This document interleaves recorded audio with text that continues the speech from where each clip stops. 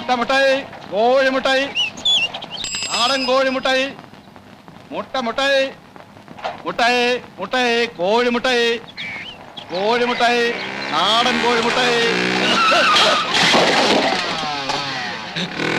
രോഗി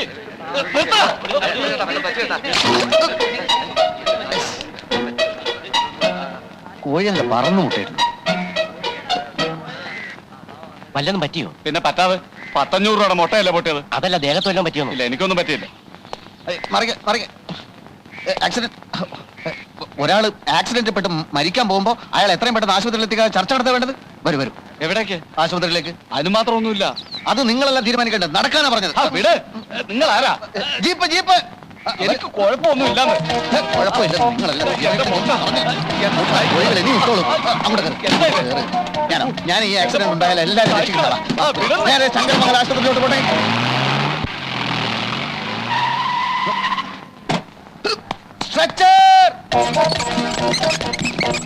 എന്തിനാ സാർ ഇതൊക്കെ?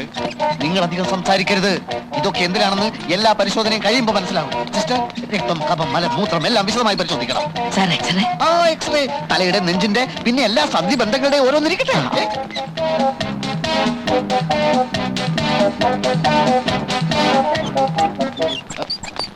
എല്ലാം എടുത്തല്ലോ? എടുത്തു സാർ. ഇതിലും ഭേദം ആക്സിഡന്റ് ഞാനങ്ങ് ചത്തു പോകുന്നതായിരുന്നു. അതിന് ഇനിയും സമയമുണ്ടല്ലോ. എല്ലാ പരിശോധനയും ചേർത്ത് ബില്ല് എന്ത് വരും? 1500 വരും സാർ. Very good. എങ്കിലും നേരെ ഡോക്ടറെ കൊണ്ടുപോയി കാണിക്ക്. എക്സ്റേ, പരിശോധന റിപ്പോർട്ട് എല്ലാം കാണിക്കണം. ഓപ്പറേഷൻ വേണ്ടി വന്നാൽ അത് ഉടൻ ചെയ്യാൻ ഏർപ്പാട് ചെയ്തേക്കും. ഒന്നിനും ഒരു കുറവും വരുത്തണ്ട.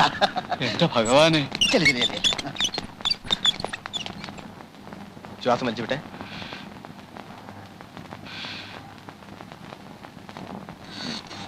എന്താണ് സിസ്റ്റർ ഇത്? ദേഹത്തൊരു പോറൽ പോലും ഇല്ലാത്ത ഇയാളെ പിടിച്ചുകൊണ്ടുപോയി ഈ ടെസ്റ്റുകളൊക്കെ അടുപ്പിച്ച് എന്തിനാ? ഇപ്പോഴെങ്ങനെ ഇരിക്കുന്നു? എനിക്കൊരു കുഴപ്പമില്ല എന്ന് 100 വട്ടം പറഞ്ഞതല്ലേ? രോഗിയെ ആദ്യം കൊണ്ടുവരേണ്ടത് എന്റെ അടുത്തല്ലേ? അതിനു മുമ്പ് ഈ ടെസ്റ്റ് ഒക്കെ ചെയ്യാൻ ആരാ പറഞ്ഞു? പറയൂ. രോഗിയെ കൊണ്ടുവന്നത് മഹാദേവൻ സാറാണ്. പുള്ളിക്കാരൻ തന്നെ ടെസ്റ്റുകൾ എടുക്കാൻ പറഞ്ഞതും. ഈ മഹാദേവനെ നിങ്ങൾക്ക് പരിചയമുണ്ടോ? ഞാൻ ആദ്യമായിട്ട് കാണുക സാർ. ഒരു പ്രശ്നവും ഇല്ലാത്ത എന്നെ പിടിച്ചു വലിച്ച് ജീപ്പി കയറ്റി ഒരു വരവായിരുന്നു. അത് ശരി.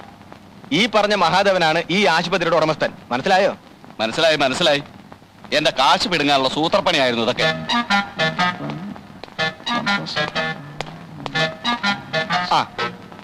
മഹാദേവൻ സാറ് ചെയ്ത ഒരു വലിയ കാര്യ. 5 മിനിറ്റ് വൈകിരുന്നെങ്കിൽ ആ മുട്ടക്കാരൻ തട്ടിപ്പോയനെ. എനിക്ക് തോന്നി ഓപ്പറേഷൻ ചെയ്തേക്കാം അല്ലേ? സാറിന്റെ അഭിപ്രായം പറഞ്ഞോളൂ. എന്ത് വേണേ ചെയ്യാം. കാലും കൈയും തലയും എല്ലാം ഓപ്പറേറ്റ് ചെയ്യാം. എന്താ? അതൊക്കെ ഡോക്ടറുടെ ഇഷ്ടം. എന്തായാലും അയാൾ ഒരു 2-3 മാസം ഇവിടെ കിടത്താനുള്ള ഒരു വകുപ്പുണ്ടാക്കിയാൽ വളരെ നല്ലത്. അമ്മാവൻ തമ്പി സാറ് സ്ഥലത്തെത്തിയോ? എത്തിയല്ലോ. എന്താ? അല്ല, രണ്ടുപേരോടും ചേർത്ത് എനിക്ക് ചില കാര്യങ്ങൾ പറയാനുണ്ടായിരുന്നു. പറഞ്ഞോളൂ, ഞാനത് അമ്മാവനെ അറിയിച്ചാ പോരെ? അങ്ങനെയാലും മതി. മറ്റൊന്നുമല്ല, ഇത്രയും കഷ്ടപ്പെട്ട് ഒരു ആശുപത്രി നടത്തുന്നതിന് നല്ലത് കട്ടപ്പാറ എടുത്തുകൊണ്ട് രാത്രിയിൽ ഇറങ്ങുന്നതാ കക്കാൻ.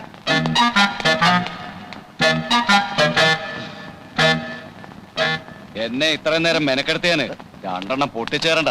ആശുപത്രി ഉടമസ്ഥൻ രോഗികളെ പിടിക്കാൻ നടക്കുക. കൊള്ളാം. ഇക്കാര്യം നിങ്ങളോട് ആര് പറഞ്ഞു? ആരെങ്കിലും ആവട്ടെ, ഇതായത് വെച്ചോളൂ. എന്താ ഇത്? ഇല്ല, എല്ലാം കൂടെ ചേർത്ത് 1600 രൂപ വരും. സാറേ, എനിക്കൊരു 100 രൂപ ജീപ്പിന്റെ കാശ്. അതും ഞാൻ കൊടുക്കണം? പിന്നെ ആരും ഞാൻ കൊടുക്കണം? അല്ല, ഒരു സംശയം ചോദിച്ചെന്നേ ഉള്ളൂ.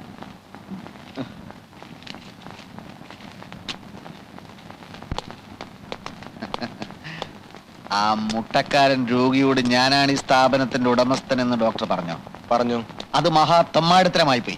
മാസം തോറും പുളിങ്കുരു പോലെ ശമ്പളം എണ്ണി വാങ്ങിക്കുമ്പോ ഈ സ്ഥാപനത്തോട് അല്പം നന്ദി കാണിക്കണം. നന്ദിക്ക് പട്ടികളെ വളർത്തുന്നതാണ് കൂടുതൽ നല്ലത്. പ്രൊഫഷണൽ എത്തിക്സ് എന്ന് പറഞ്ഞൊരു സാധനമുണ്ട്. അമ്മാവൻ അനന്തരവൻ അതിന്റെ അർത്ഥം അറിയില്ലെന്ന് അറിയാം. മിസ്റ്റർ, രോഗികളെ വഞ്ചിക്കുന്നതിന് ഒരു പരിധിയൊക്കെ ഉണ്ട്. താൻ ആരാടോ? ഹരിശ്ചന്ദ്രനോ? മര്യാദയ്ക്ക് സംസാരിച്ചില്ലെങ്കിൽ ആശുപത്രിയാണെന്ന് ഞാൻ നോക്കില്ല. താൻ എന്ത് ചെയ്യടോ?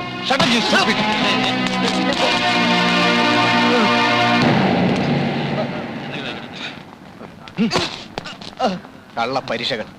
ആത്മാഭിമാനമുള്ള ഒരാൾക്ക് ഇവിടെ ജോലി ചെയ്യാൻ കഴിയില്ല. തന്റെ ജോലിയും കൂലിയും എനിക്ക് വേണ്ടോ? സർ, ഡോക്ടറോട് പോകരുതെന്ന് പറ. രോഗികളുടെ കാര്യം ആകെ പ്രശ്നത്തിലാവും. രോഗികൾ എനിക്ക് പ്രശ്നമല്ല. എന്റെ ശമ്പളക്കാരന്റെ ചൊൽപ്പടിക്ക് ഞാൻ നിൽക്കണോ? പോട്ടെ, എല്ലാവരും പോട്ടെ. വേണമെങ്കിൽ നിങ്ങൾക്കും പോകാം. ആരും ഇല്ലെങ്കിലും ഞാൻ ആശുപത്രി നടത്തും. ഡോക്ടർ എവിടെ, മരുന്ന് എവിടെ എന്ന് ചോദിച്ച് അവൻ എന്റെ മെക്കിട്ട് കയറാൻ വന്നു. അവനെ മാത്രം കുറ്റം പറഞ്ഞിട്ട് കാര്യമില്ല. ഞാനൊന്ന് ക്ഷോഭിച്ചു. എന്റെ ദൈവമേ, അവനും ഒന്ന് ക്ഷോഭിച്ചു. സാവിത്രി, ഈ കാണുന്നൊക്കെ അവന്റെ സംഭാവനയാണ്. ആശുപത്രിയിൽ ഡോക്ടർ മരുന്നൊന്നുമില്ലേ? പിന്നെ മരുന്നുണ്ട്, പക്ഷെ ഡോക്ടർ ഇല്ല. ഡോക്ടർ എവിടെ പോയി? പതിവ് പോലെ പിരിഞ്ഞുപോയി. വിവരവും വിദ്യാഭ്യാസവും സംസ്കാരവും ഇല്ലാത്ത കഴുത. ആര്? ഡോക്ടറോ? അല്ല, എന്റെ അനന്തരവൻ. ആശുപത്രി ചുമതല ഞാൻ നോക്കിക്കൊള്ളാമെന്ന് പല വട്ടം ആ തെണ്ടിയോട് ഞാൻ പറഞ്ഞതാ. ഫൂൾ. മാന്യന്മാരോട് പെരുമാറാൻ അറിയാമല്ല, സംസാരിക്കാൻ അറിയാമല്ല. ഒരു മാസത്തിനിടയ്ക്ക് ഇത് 3ാമത്തെ ഡോക്ടറാ പിരിഞ്ഞു പോകുന്നത്.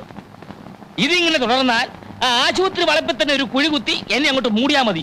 ഉരുത്തം കൊട്ട കഴുത. കൈക്ക് ഭയങ്കര വേദന. വാ വാ. അമ്മാവൻ നേരത്തെ ഇങ്ങ് പോന്നോ? കിട്ടേണ്ടത് കിട്ടിക്കഴിഞ്ഞാ പിന്നെ അവിടെ നിൽക്കേണ്ട കാര്യമില്ലല്ലോ. എന്ത് പറ്റി അമ്മാവ, മുഖത്തും ദേഹത്തും ഒക്കെ? അതെ, ഒരു പശു ഓടിച്ചപ്പം മറിഞ്ഞു വീണതാ. അയ്യോ അയ്യോ. മോൻ എവിടെയായിരുന്നു? ആശുപത്രിയിലൊന്നും കണ്ടില്ല. അവിടുത്തെ സ്ഥിതി വഷളാവെന്ന് തോന്നിയപ്പോ ഞാനൊന്ന് മാറി നിന്നതാ. ഡോക്ടറെ ഞാൻ പിരിച്ചുവിട്ടല്ലോ. ആ കാര്യം എന്നെ ഒന്ന് അറിയിച്ചിരുന്നെങ്കിൽ ആ ആസ്മാക്കാരന്റെ കൂടെയുള്ളവന്റെ കയ്യിൽ നിന്ന് രക്ഷപ്പെടായിരുന്നു. അയ്യോ, ഇത് അയാൾ വലിയതാണോ? ഭാഗ്യം, അതെനിക്ക് കിട്ടേണ്ട അടിയായിരുന്നു. എന്താ മഹാദേവ, ആശുപത്രിയിൽ ഒരു ഡോക്ടർ സ്ഥിരമായി നിൽക്കുന്നില്ലല്ലോ? അമ്മായി, ഈ ഇരിക്കുന്നത് എന്റെ അമ്മാവനല്ല, ദൈവ. എന്റെ ദൈവ. ആ ദൈവത്തെ തെണ്ടി, ചെറ്റ, നാറി എന്നൊക്കെ ഒരു ഡോക്ടറല്ല, ഒരു IAS വിളിച്ചാൽ പോലും ഞാൻ സഹിക്കില്ല. എനിക്കും തോന്നി എന്തെങ്കിലും കാര്യമായ കാരണങ്ങളില്ലാതെ നീ ഒരാളെയും പിരിച്ചുവിടില്ല. നമുക്ക് അടച്ചിടാം അമ്മാവ. ആശുപത്രി അടച്ചിടാം. നമ്മളെ കയ്യിൽ നിന്ന് ശമ്പളവും വാങ്ങി നമ്മളെ തന്നെ തെറിവിളിക്കുന്ന അമ്മാരെയും വെച്ചോണ്ട് എന്തിനീ സ്ഥാപനം മുമ്പോട്ട് പോണം? നിന്നോട് വെള്ളം ചൂടാക്കാൻ ഞാൻ പറഞ്ഞായിരുന്നു. മഹാദേവ, എന്തോ? ആ ആശുപത്രിയും അവിടെയുള്ള സ്വത്തുക്കളും നിന്റെ അച്ഛൻ നിന്റെ പേർക്ക് എഴുതി വെച്ചിരിക്കുകയാണല്ലോ.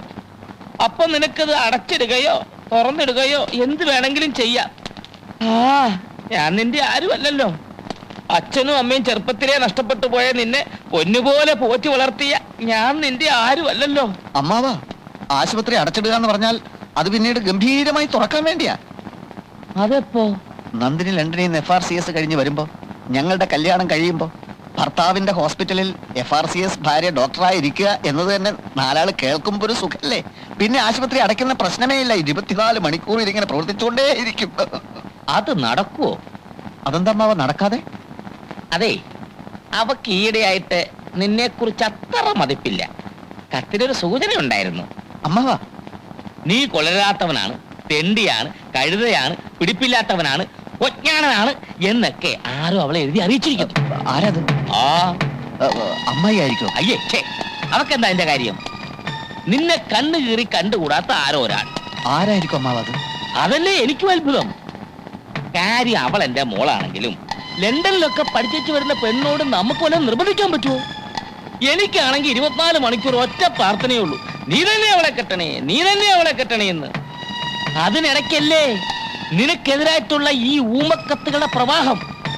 പക്ഷെ ഞാൻ അവക്കെഴുതി, നീ തെണ്ടിയല്ല, നീ കഴുതയല്ല, നീ കൊജ്ഞാനനല്ല, എന്തിന് നീ ബഹുമിടുക്കലാന്ന് വരെ ഞാൻ നുണയെഴുതി. പക്ഷേ അവള് വിശ്വസിച്ചായിട്ട് തോന്നുന്നില്ല. ഈ തെറ്റിദ്ധാരണ മാറ്റാൻ എന്താ ഒരു വഴി? ഞാൻ ആലോചിച്ചിട്ട് ഒറ്റ പ്രതിവിധിയെ കാണുന്നുള്ളൂ. നിന്റെ പേരുള്ള സ്വത്തുക്കൾ മുഴുവൻ അവിടെ പേരിലേക്ക് എഴുതി വെച്ച് നോക്കാം. എന്നിട്ടത് രജിസ്റ്റർ ചെയ്ത് അതിന്റെ ഒരു ഫോട്ടോ സ്റ്റാറ്റ് കോപ്പി ലണ്ടനിലേക്ക് അയച്ചു നോക്കാം. അവിടെ മനസ്സ് മാറുന്നെങ്കിൽ മാറട്ടെന്നേ. പിന്നൊരു കാര്യം, എന്റെ പൊന്നു മഹാദേവ, ഈ ബുദ്ധി ഞാനാ പറഞ്ഞു തന്നെന്ന് ഒരു കാരണവശാലും അവൾ അറിയാൻ ഇടയാകരുത്. അത് ഉണ്ടാവാ